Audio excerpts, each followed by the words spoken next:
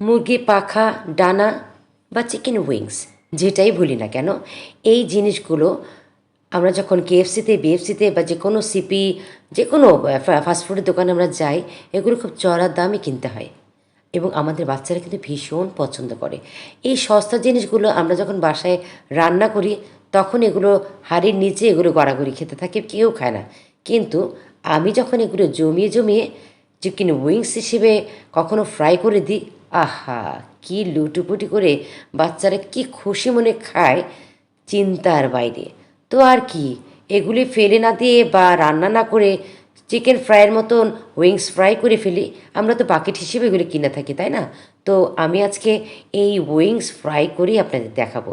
তো প্রথমেই উইংসগুলিকে আমি ভালো মতো পরিষ্কার করে আদা, রসুন, জিরে, soya sauce, tomato sauce, texting salt দিয়ে ভালো মতো মেখে ম্যারিনেট করে চলে এলাম এবার চুলাতে ফ্রাই করতে।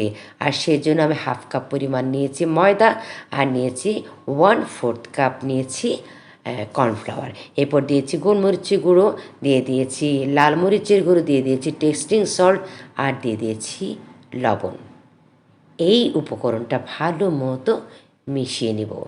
ইস, এত মজা এই চিকেন ফ্রাইটা!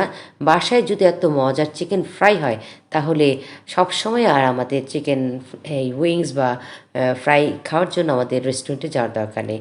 আর আমি এখানে একটা ডিমও ফেটে এই ম্যারিনেট করা চিকেনের সাথে দিয়ে দিলাম। তো আমাদের বাচ্চারা কিন্তু প্রায় সময় এগুলি খেতে চায়, যে মা চলো না, আমার খুব আজকে চিকেন ফ্রাই খেতে ইচ্ছে করছে, চিকেন উইংস খেতে ইচ্ছে করছে। তো সব সময় তো আর যাওয়া সম্ভব না এই সস্তা জিনিসগুলি খেতে। আমাদের এত টাকা গোনা আসলে সব সময় হয়ে ওঠে না, আর সবসময় ঘর থেকে বের হতেও ইচ্ছে করে না। তো ঘরে যদি আমরা সেফ হয়ে যাই, তাহলে কত টাকা সেফ বলেন তো? অনেক টাকা সেভ হয়। যে জিনিসগুলো আমরা ফেলে দিই, সেই ফেলে দেওয়া জিনিসগুলি কিন্তু অনেক দামি খাবার হয়ে যাচ্ছে, আমাদের অনেক শখের খাবার হয়ে যাচ্ছে বাচ্চাদের। তো চলেন আজকে আমি এই যে মিক্সচারটা বানিয়েছি ময়দার এবং কর্নফ্লাওয়ারে, এটার মধ্যে আমি ভালো মতো গড়িয়ে নিয়েছি আমার চিকেন উইংসগুলোকে। গড়িয়ে কিছুক্ষণ রেখে আমি এখন তেলের মধ্যে একটা একটা করে সুন্দর মতো ছেড়ে দেব এবং লাল লাল করে দুই পাশ ভেজে নেব।